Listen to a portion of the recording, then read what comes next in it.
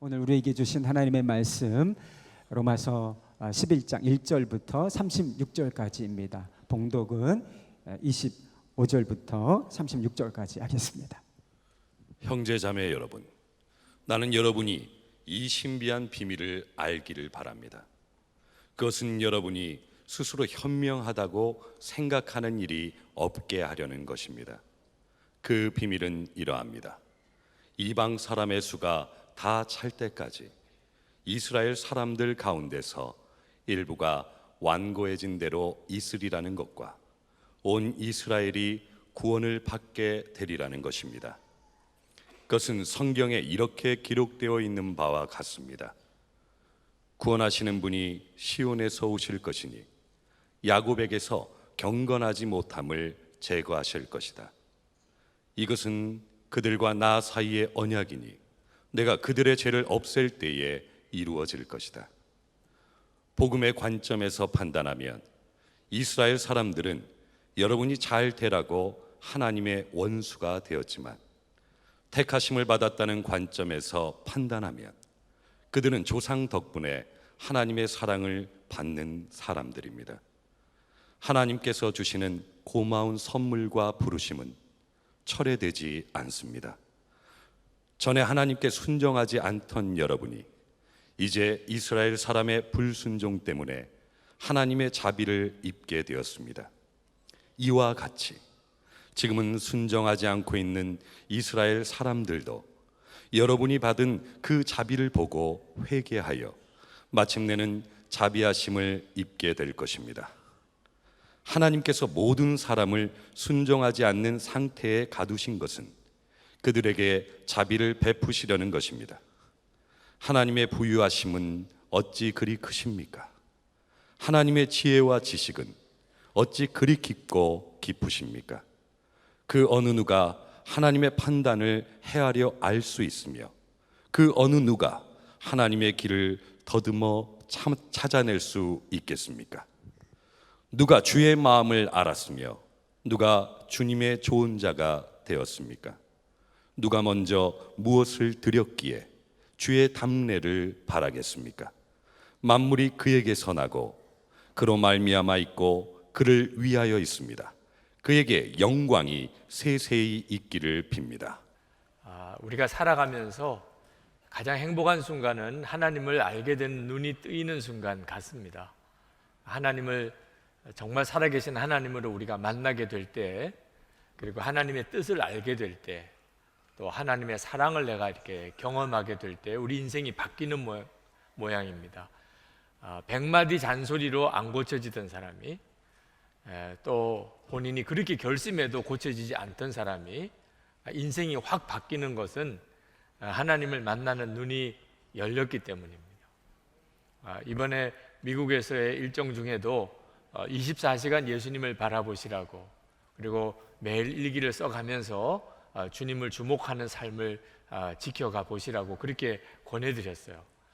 일기를 쓰라고 그러니까 별로 영 마음이 안 좋아하는 분들이 많았습니다. 처음에는 무슨 능력을 행하여 주거나 천사의 설교를 해주거나 하면 좋을 텐데 일기를 쓰라고 하다니, 그래서 영 탐탁지 않아 하시는 분들도 있으셨어요. 그런데 실제로 일기를 쓰시면서 굉장히 놀라운 변화를 간증하시는 분들이 많았습니다. 꾸준히 주님을 바라보는 중에 주님을 아는 눈이 이렇게 뜨이게 되면서 사람의 삶 속에 변화가 일어나는 거죠.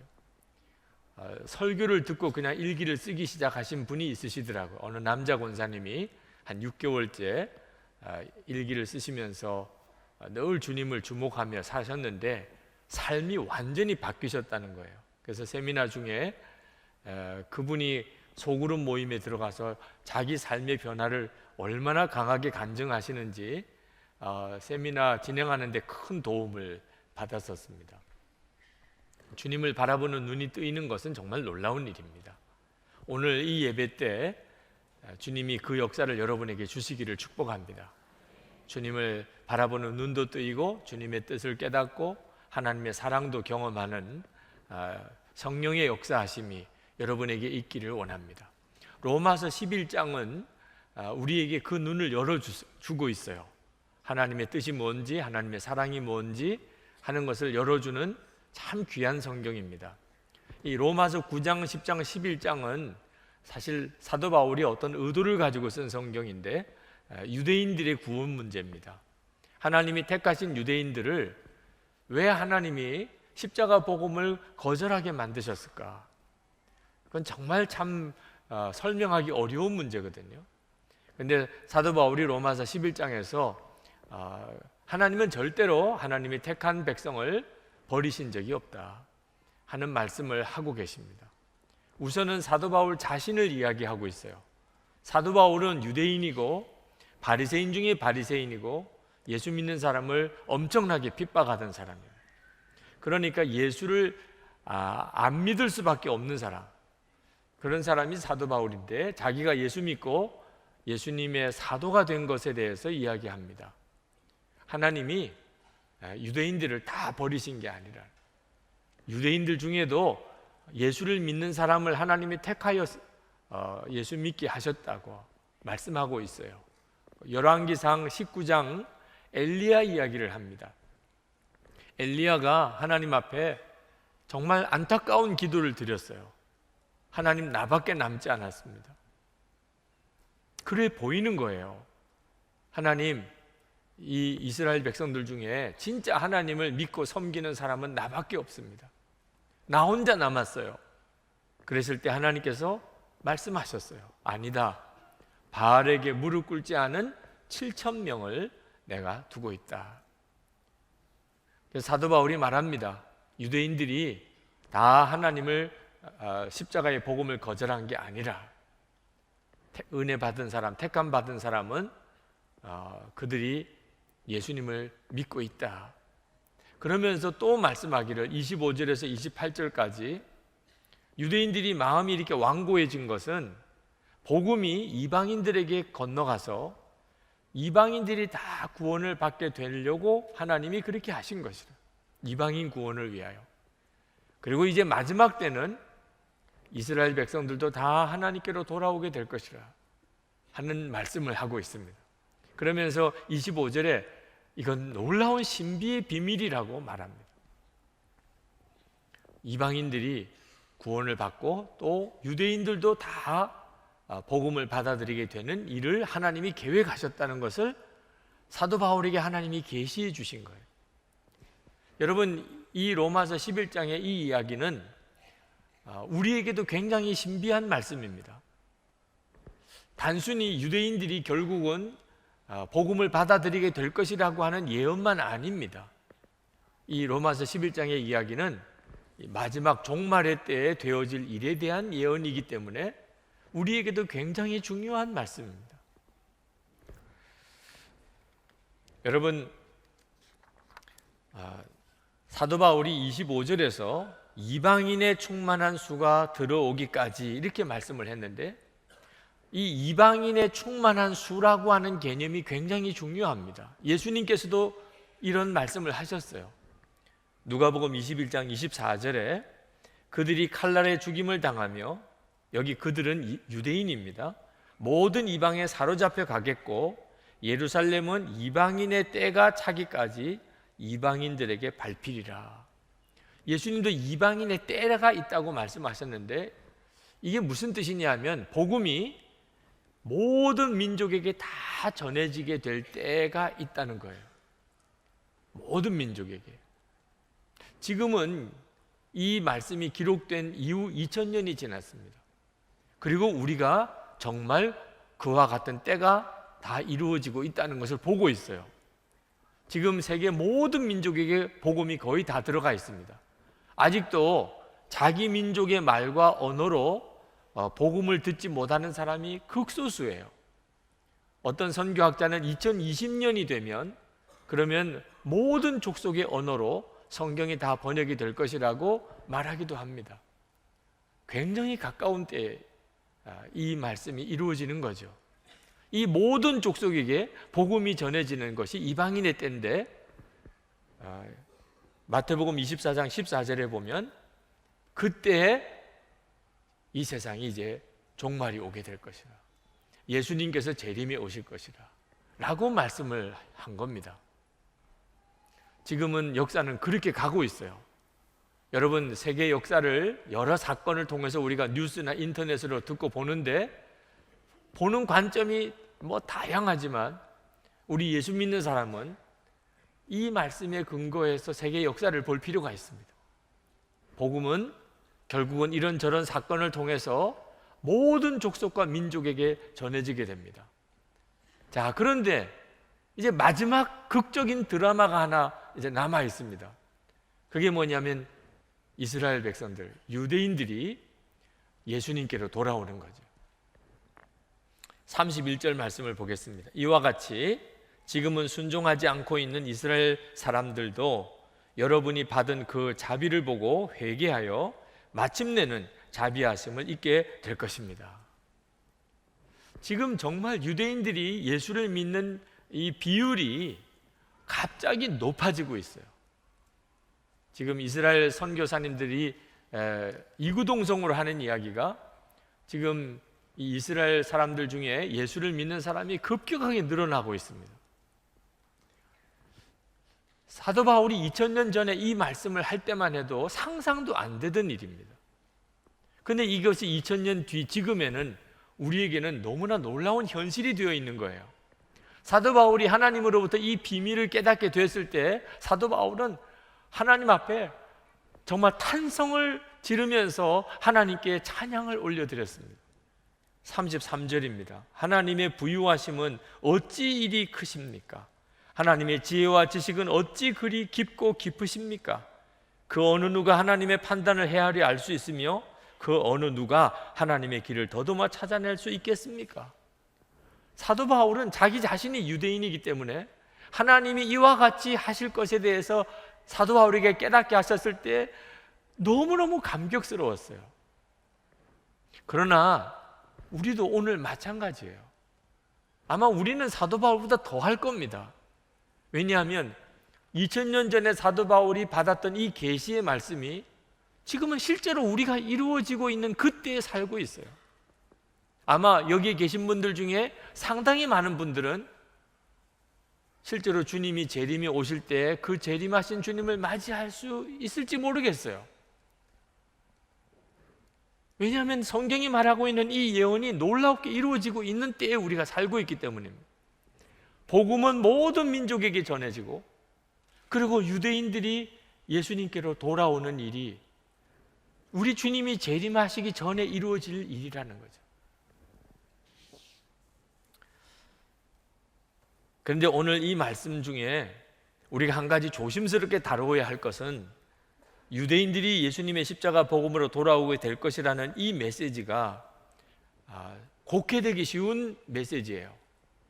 1948년 5월 14일에 1900년 동안 그 이상 나라 잃은 그런 이스라엘 민족이 나라를 이제 되찾게 됩니다.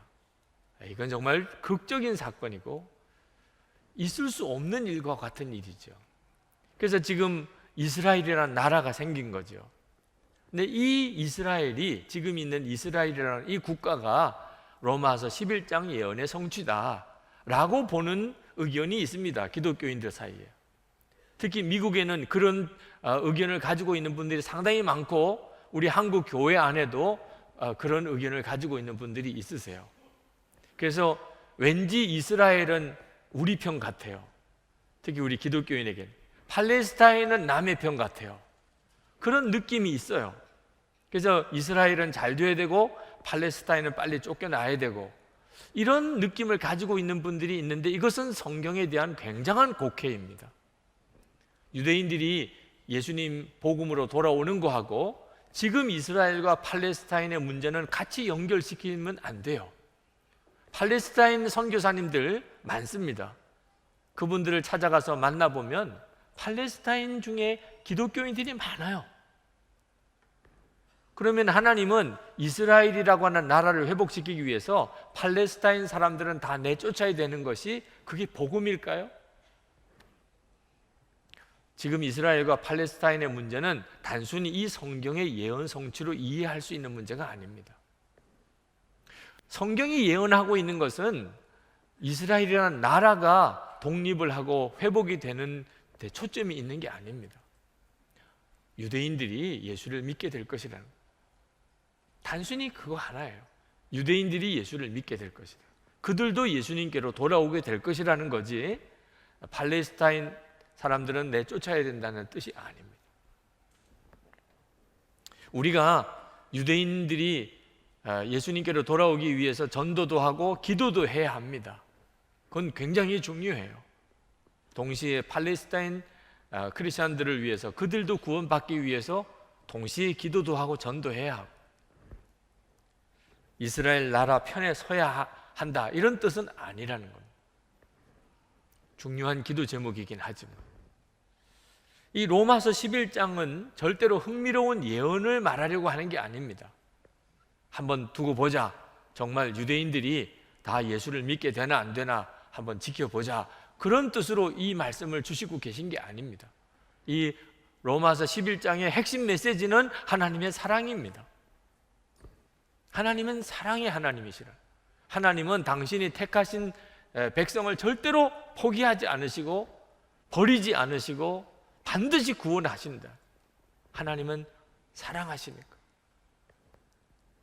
출애굽기는 하나님이 택하신 백성을 반드시 구원해 내셨다는 기록입니다.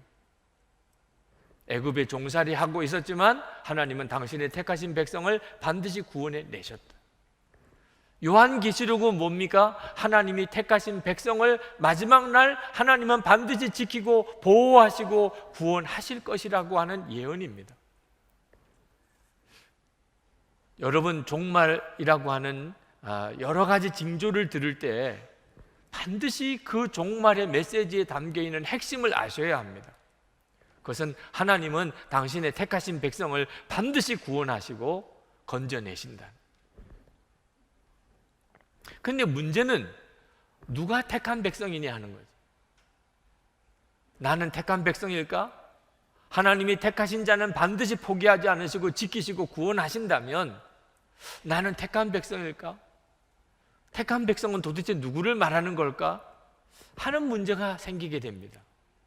여러분은 택한 백성이라고 하는 확신이 있습니까? 유대인들은 그저 혈통으로 유대인이라고, 다 유대인이 아니라고 그랬습니다. 지금도 교회를 다닌다고 그래서 다 하나님의 택한 백성이라고 그렇게 단정할 수는 없는 때에 있습니다. 그러므로 여러분 자신이 정말 택함 받은 백성이라고 하는 확실한 증거를 가지고 있어야 됩니다. 무엇이죠? 예수님과 온전히 연합된 자입니다. 예수님 안에 거하고 예수님은 그 사람 안에 거하는, 예수님은 포도나무고 그 사람은 가지인 사람, 바로 이 사람이 구원받은 사람이고 택함 받은 사람입니다. 우리는 성찬을 통해서 그 사실을 계속 확인합니다. 매월 첫째 주일 성찬을 하지만 할 수만 있으면 매주도 하고 싶고 매일도 하고 싶어요. 왜? 그것이 가장 중요한 거니까. 우리는 예수님과 온전히 연합된 자입니다. 이 증거가 가장 중요합니다. 그러면 두려워할 게 없어요. 어떤 종말에 대한 이야기를 들으신다 하더라도 두려워할 게 없습니다. 종말은 우리를 두렵게 하려고 주시는 메시지가 아니에요. 그럼 구원받지 못한 사람들에게나 두려운 거지요. 구원받은 성도에게는 우리 주님이 다시 오시는 재림의 메시지는 항상 기쁜 것이었어요. 성경에 보면 예수님이 재림에 오시면 그것은 도둑같이 임하실 것이라고 그렇게 성경은 말씀하고 있습니다. 여러분, 도둑같이 임하는 것은 무서운 일이죠. 그렇지만 구원받은 사람, 택함 받은 사람에게는 예수님의 재림은 절대로 도둑같이 임하지 않는다고 성경은 말합니다. 데살로니가전서 5장 4절에 형제들아 너희는 어둠에 있지 아니하며 그날이 도둑같이 너에게 임하지 못하리니. 여러분, 예수님이 재림에 오실 때 우리는 절대로 예수님의 재림을 도둑같이 맞지 않습니다. 왜? 예수님은 늘 우리 안에 계셨습니다. 우리 안에 계시는 예수님과 늘 동행하고 살았는데 무슨 예수님이 오시는 것이 도둑같이 오나요? 여러분, 저녁에 남편이나 아내나 또는 자녀들이 직장이나 학교 갔다가 돌아올 때 문을 열어주면서 놀랍니까? 도둑같이 맞이하나요? 그런 분은 없으실 거예요. 그죠? 그죠? 아주 따뜻하게, 아주 아무렇지도 않게, 그저 반갑게, 오늘도 이렇게 무사히 집에 돌아온 것에 대해서 감사하면서 어서 들어오라고, 저녁을 먹으라고, 오늘 힘들지 않았느냐고 그렇게 맞이하시잖아요. 늘 같이 살았으니까. 우리가 예수님이 재림에 오실 때 우리는 예수님을 그렇게 맞이할 거예요. 늘 같이 살았던 그 주님, 눈과 눈으로 보지 못했을 뿐이지 늘 같이 살았던 그 주님, 그 주님을 맞이하게, 이 사람이 바로 택함 받은 사람입니다. 욥기 19장 25절에서 27절에 보면 내가 알기에는 나의 대속자가 살아계시니 마침내 그가 땅 위에 섰을 것이라. 내 가죽이 벗김을 당한 뒤에도 내가 육체 밖에서 하나님을 보리라. 내가 그를 보리니 내 눈으로 그를 보기를 낯선 사람처럼 하지 않을 것이라. 여러분, 택함 받은 사람은 재림에 오시는 예수님을 만날 때 절대로 낯선 사람 만나듯이 되지 않습니다. 낯선 사람처럼 주님을 만나게 되는 사람은 택함 받은 사람이 아닙니다. 그러므로 지금 여러분이 예수님 안에 있고 예수님이 여러분 안에 계시는 이 삶이 얼마나 중요한지 모릅니다. 주님과 우리는 연합된 하나라고 성경은 계속 말하고 있습니다. 니코스 카잔자케스가 쓴 성자 프란시스코라고 하는 책 속에 짧은 우화가 하나 나옵니다. 어느 수도자가 굉장히 경건한 사람이었는데 그는 늘 주님만 바라보며 살기를 갈망하고 그는 사막에 들어가서 정말 외롭고 고독하면서도 주님만 바라보는 삶을 살았습니다. 그러다가 그가 죽어서 천국에 갔습니다. 천국에 가서 천국의 문을 두들겼어요. 그랬더니 안에서 누구냐고, 넌 누구냐? 그런 질문이 왔습니다. 그때 이 수도자가 접니다 라고 대답했어요. 그랬더니 그 안에서 대답이 나오기를 여기는 두 사람도 같이 있을 수가 없으니 돌아가시오. 그래서 다시 세상으로 돌아왔어요. 자기가 뭐가 문제가 많구나 깨닫고 그가 다시 기도하고 그리고 수도 생활에 전념했습니다. 그러다가 다시 그가 천국으로 부름을 받았어요. 천국에 갔어요. 문을 두들겼습니다. 거기 누구시오? 접니다. 그랬더니 또 똑같은 이야기가 들렸어요. 여기 두 사람도 같이 있을 수 없으니 돌아가시오. 그래서 다시 돌아왔어요. 그가 100세가 될 때까지 도대체 내가 무엇을 문제인가? 내가 무엇을 잘못하고 있나? 그러다가 그가 100세에 다시 죽어 천국에 갔습니다. 천국 문을 두들겼어요. 거기 누구시오? 라고 하는 음성이 들렸습니다. 그때 이 수도자가 다급히 대답했어요. 당신이에요. 주님, 당신이라고요. 저는 당신이에요. 그랬더니 비로소 천국의 문이 열렸다는 거예요. 여러분, 우리는 늘 들었어요. 나는 죽고 예수로 산다고. 그게 십자가의 복음이라고. 우리가 예수 믿고 사는 것은 나는 죽고 예수로 사는 것이라고. 그러나 그것은 지식에 불과하고 들은 것에 불과하지 실제가 아닌 경우에는 여러분은 주님 만났을 때 당신이 누구냐? 너 누구냐? 저 아무개입니다. 이렇게 대답을 할 수밖에 없어요.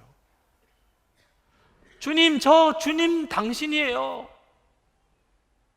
저는 예수님의 생명으로 살았어요.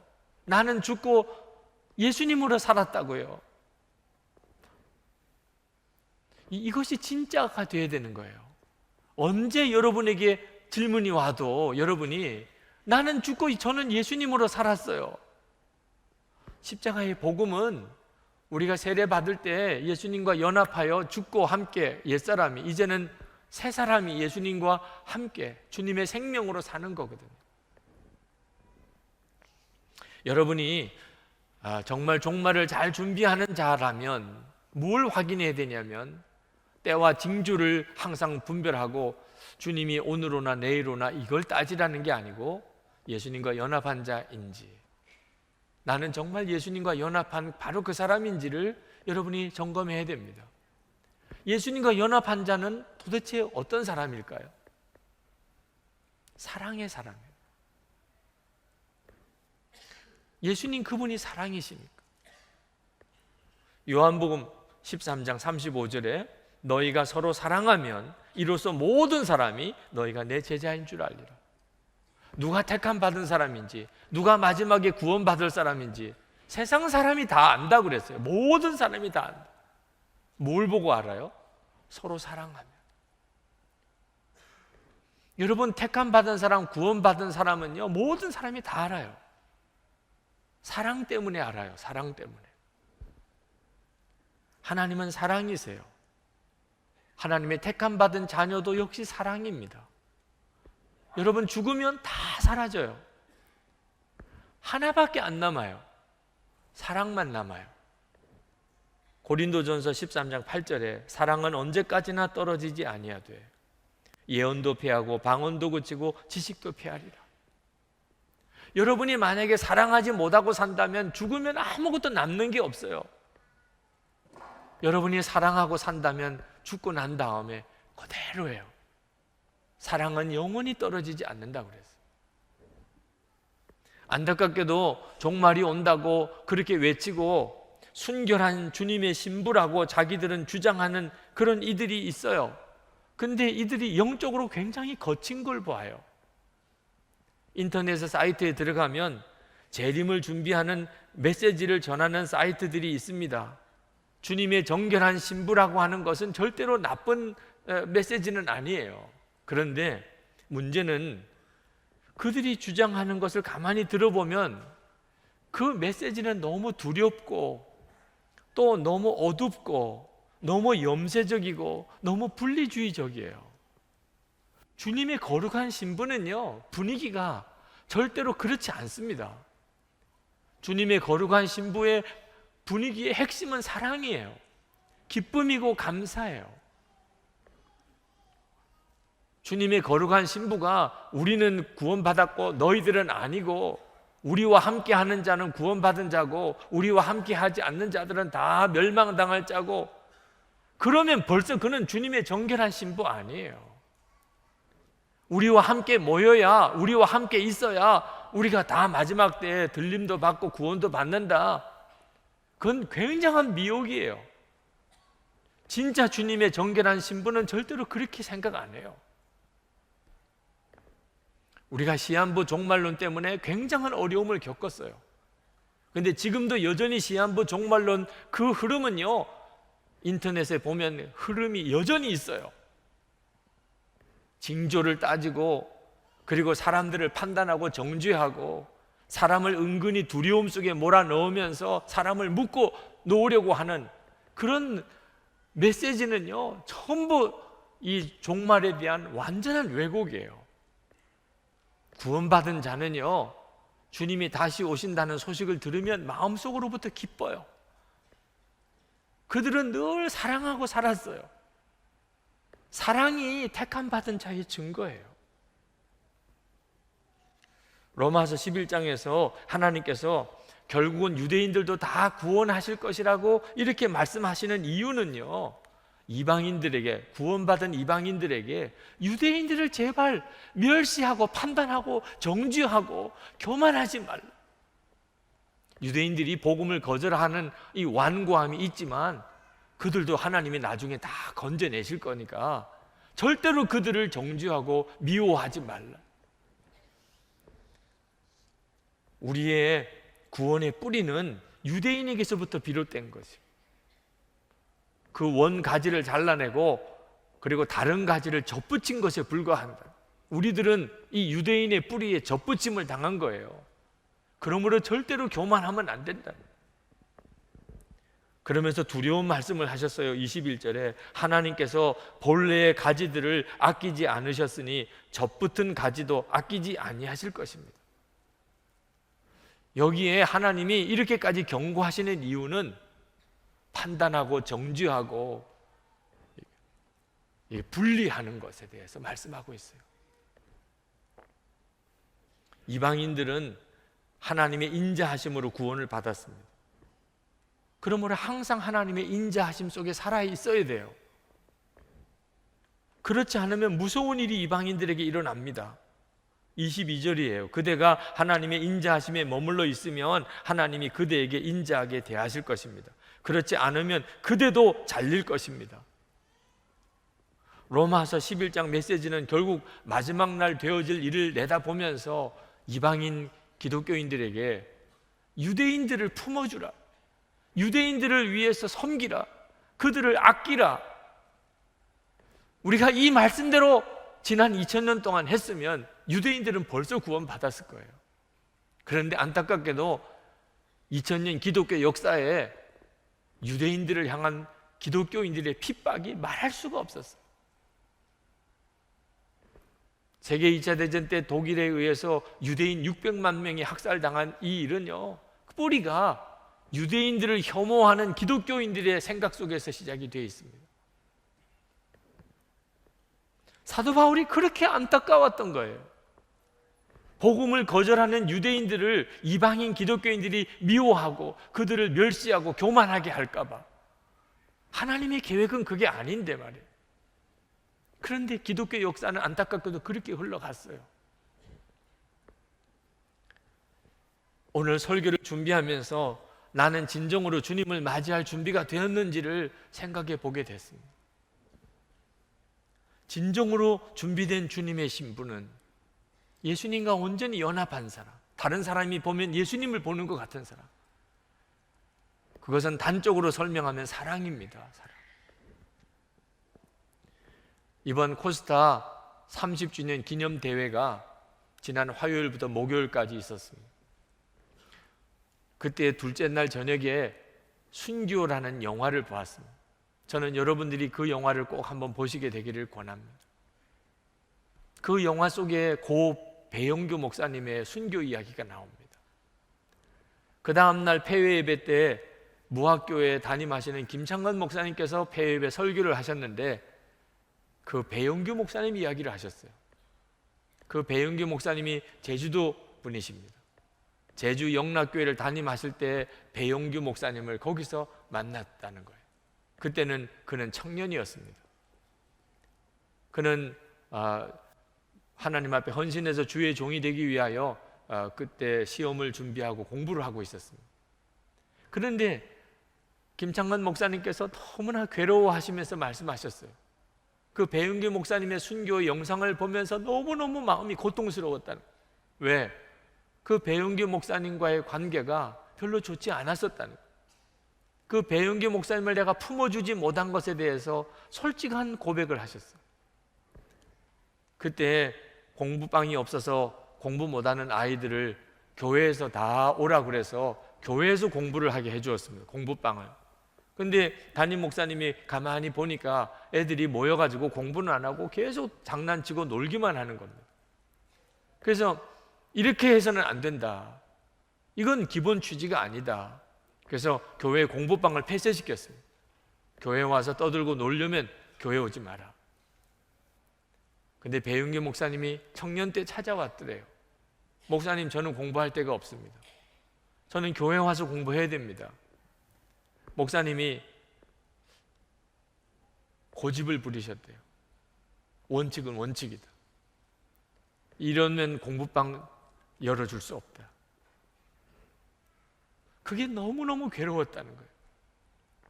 그 배은규 목사님이 결국은 그렇게 순교하신 그 내용을 영상으로 보면서 왜 내가 그때 그 청년을, 그 젊은 하나님 앞에 헌신한 그 청년을 내가 더 품어주고 더 사랑으로 받아주지 못했을까? 그런 아픔을 회개하면서 고백을 하셨어요. 저는 그 목사님의 그 진솔한 회개가 너무 귀했어요. 그건 정말 어려운 일이거든요. 실제로 그런 일이 있었다고 그러더라도 그 이야기를 하기가 어려운 일이거든요. 저는 참 존경스러운 선배 목사님이라고 생각했어요. 그러면서 저를 돌아봤어요. 저희 교회도 부목사님들이 계시고 전도사님들이 계십니다. 다 마음에 드는 건 아니에요. 정말 마음에 안 드는 분들도 있어요. 속 뒤집어 놓는 분도 있어요. 나는 그분들을 정말 잘 품어주고 있는가? 그분들 중에 하나님 앞에 정말 귀한 그런 헌신과 사명자가 나올지 누가 알겠어요? 누가 그것을 판단할 수 있겠어요? 내 생각에 안 맞고 내 마음에 안 든다고 그래서 내가 그들을 품어주지 못했다가 나중에 주님 앞에 섰을 때 정말 피를 토하는 그런 회개를 할지 모르잖아요. 나는 정말 품어주는 자고 정말 사랑하는 자인가? 주님이 오실 때가 가까웠으면 우리는 정말 더 그렇게 가야 돼요. 그것이 진정으로 주의 재림을 준비한 신부예요. 여러분은 후회할 일이 없습니까? 모든 사람들과 화평한 관계를 갖지 못하면 주님을 뵙지 못할 거라고 했어요. 히브리서 12장 14절에 모든 사람과 더불어 화평함과 거룩함을 따르라. 이것이 없이는 아무도 주를 보지 못하리라. 여러분은 문제 없으십니까? 주님을 만나 뵐 때가 가까웠어요. 모든 사람과 화평함을 이루지 못하면 주님을 뵐 수 없을 것이라. 유대인, 이방인 문제가 우리 가정 안에, 우리 교회 안에 있어요. 여러분은 해결하셨습니까? 주님이 오실 때가 가까웠으니 다른 사람을 판단하고 정죄하는 거 조심해야 돼요. 마태복음 5장 22절에 나는 너에게 이르노니 형제에게 노하는 자마다 심판을 받게 되고 형제를 대하여 라가라 하는 자는 공회에 잡혀가게 되고 미련한 놈이라 하는 자는 지옥불에 들어가게 되리라. 여러분, 화날 일이 있으면 괜히 화가 납니까? 화날 일을 했으니까 화가 나죠. 우리가 누구에게 뭐라고 비판하면 괜히 그러겠어요? 잘못했으니까 우리가 비판하는 거잖아요. 그러나 정신 똑바로 차려야 돼요. 주님은 아무 조건 없이 화내는 자, 그리고 미련한 자라고 욕하는 자 다 지옥불에 들어가게 될 것이에요. 어떤 남자분이 찾아오셔서 절대 나는 그 사람을 용서할 수 없습니다. 목사님이 무슨 말씀을 하셔도 나는 용서 안 할 겁니다.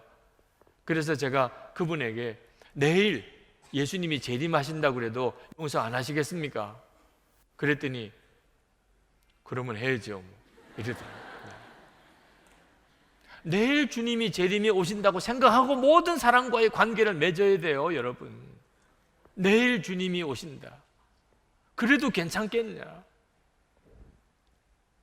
빌립보서 4장 5절에 너희 관용을 모든 사람에게 알게 하라. 주께서 가까우시니라.